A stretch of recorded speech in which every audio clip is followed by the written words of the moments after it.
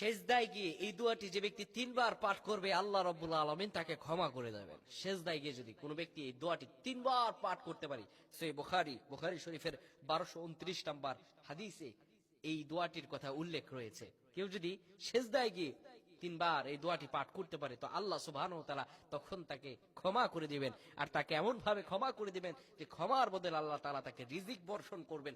এত রিজিক তাকে আল্লাহ তাআলা দেবেন যে সে কল্পনাও করতে পারবে না। রিজিক শুধু আসতেই থাকবে, আপনি কল্পনাও করতে পারবেন না। সুবহানাল্লাহি ওয়া বিহামদিহি।